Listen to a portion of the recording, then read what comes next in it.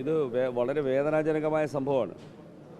കാട്ടുപോത്തിൻ്റെ ആക്രമണത്തിൽ ഒരു കർഷകൻ ദാരുണമായി കൊല്ലപ്പെടുക എന്നത് കുറേ സംഭവങ്ങൾ ഇപ്പോൾ ഈ അടുത്ത ദിവസം ഉണ്ടായിട്ടുണ്ട്. ഈ കാര്യത്തിൽ വന്യമൃഗങ്ങളെ, ആക്രമികളായ വന്യമൃഗങ്ങളെ വെടിവെച്ച് കൊല്ലാൻ കേരളത്തിലെ പോലീസ് സംവിധാനത്തിന് അധികാരമില്ല. 1972 വന നിയമം അനുസരിച്ച് കർശനമായ വിലക്കുണ്ട്.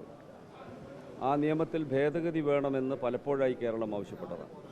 ഞങ്ങളെല്ലാം പലപ്പോഴായി വനമന്ത്രിയെ കണ്ടതാണ്. പക്ഷേ വനസംരക്ഷണത്തിന് മുൻഗണന നൽകുന്ന ഒരു നയമുള്ളതുകൊണ്ട് മാറ്റം വരുത്താൻ ഗവൺമെൻറ് തയ്യാറാവുന്നില്ല.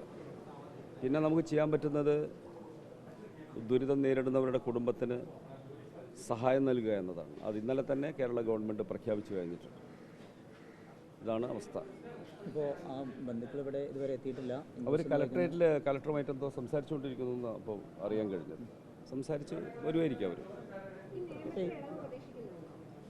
കേന്ദ്ര ഗവൺമെൻറ് ഈ എന്താ പറയുക, ഈ പരിസ്ഥിതി വാദികളുടെയൊക്കെ വാദത്തിൻ്റെ അടിസ്ഥാനത്തിൽ വന നിയമത്തിൽ ഒരു ഭേദഗതി ഇപ്പോൾ വേണ്ട എന്ന നിലപാടാണ്.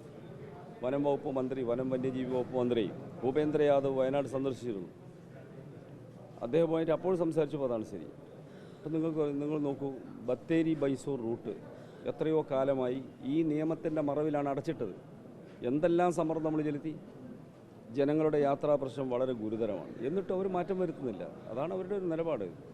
ജനനിബിഡമായ കേരളത്തിലെ പ്രശ്നങ്ങൾ ഇത്രയും ജനവാസമില്ലാത്ത വനമേഖലയുള്ള വടക്കേ ഇന്ത്യയിലെ സാഹചര്യത്തിൽ ചേർന്നല്ല. അത് അവർ മനസ്സിലാക്കുന്നില്ല. അപ്പോൾ ഈ വിഷയം അവരുടെ ശ്രദ്ധയിൽ ഒന്നുകൂടെ കൊണ്ടുവരേണ്ടത്. തീർച്ചയായിട്ടും അവരുടെ ശ്രദ്ധയെ കൊണ്ടുവരേണ്ടതുണ്ട്.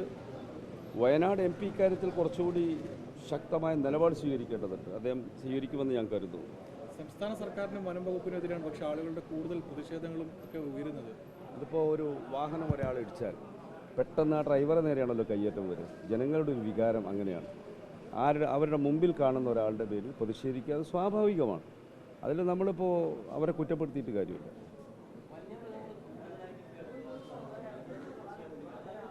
അതിനുള്ള സംരക്ഷണ നടപടി വനത്തിൽ ചെയ്യണമെങ്കിൽ കേന്ദ്ര വന നിയമത്തിന് വിധേയമായിട്ട് ചെയ്യാൻ പറ്റും. വന്യജീവികൾക്ക് വനത്തിൽ ആവശ്യമായ വെള്ളവും ഭക്ഷണവും കിട്ടാത്ത ഒരു സാഹചര്യം ഉണ്ടെന്നൊക്കെ പറയപ്പെടുന്നുണ്ട്. അതൊക്കെ പരിശോധിച്ച് നിയമത്തിൽ ഇളവ് വേണ്ടതുണ്ടോ, വനസംരക്ഷണത്തിന് കൂടുതൽ നടപടികൾ സംസ്ഥാന സർക്കാരുമായി ചേർന്ന് നടത്തേണ്ടതുണ്ടോ, ഇതെല്ലാം കേന്ദ്ര ഗവൺമെൻറ് മുൻകൈ എടുക്കണം. വനം കേന്ദ്രത്തിൻ്റെ പൂർണ്ണ അധികാരത്തിലാണ്. നമുക്കൊന്നും ചെയ്യാൻ പറ്റില്ല. കേരള വനം വകുപ്പ് ഇത് സംബന്ധിച്ച് ഒരുപാട് കാര്യങ്ങൾ പറഞ്ഞിട്ടുണ്ട്. പക്ഷേ ഒരു ഭേദഗതിയും വരുത്താൻ കേന്ദ്രം തയ്യാറല്ല എന്ന നിലപാടിലാണ് ഇതുവരെയുള്ളത്. ജനങ്ങളുടെ സ്വാഭാവിക പ്രതിഷേധത്തിനായി കോൺഗ്രസ് രാഷ്ട്രീയവൽക്കരിക്കുന്നു എന്ന് തോന്നുന്നു. അവിടെ എല്ലാ വിഭാഗം ജനങ്ങളും പ്രതിഷേധിക്കുന്നുണ്ട്. LDF നിന്ന് ഹർത്താലിന് ആഹ്വാനം ചെയ്തിട്ടുണ്ട്. അത് കാരണം ഇതൊരു ദാരുണമായ സംഭവമാണ്. ഇത്തരം സംഭവങ്ങൾ ഉണ്ടാകുമ്പോൾ ജനങ്ങളുടെ ഒരു വികാരം ഉയർന്നു വരിക സ്വാഭാവികമാണ്. ഇത്തരം പ്രശ്നങ്ങളെ രാഷ്ട്രീയവൽക്കരിക്കരുത് എന്നാണ് എൻ്റെ അഭിപ്രായം.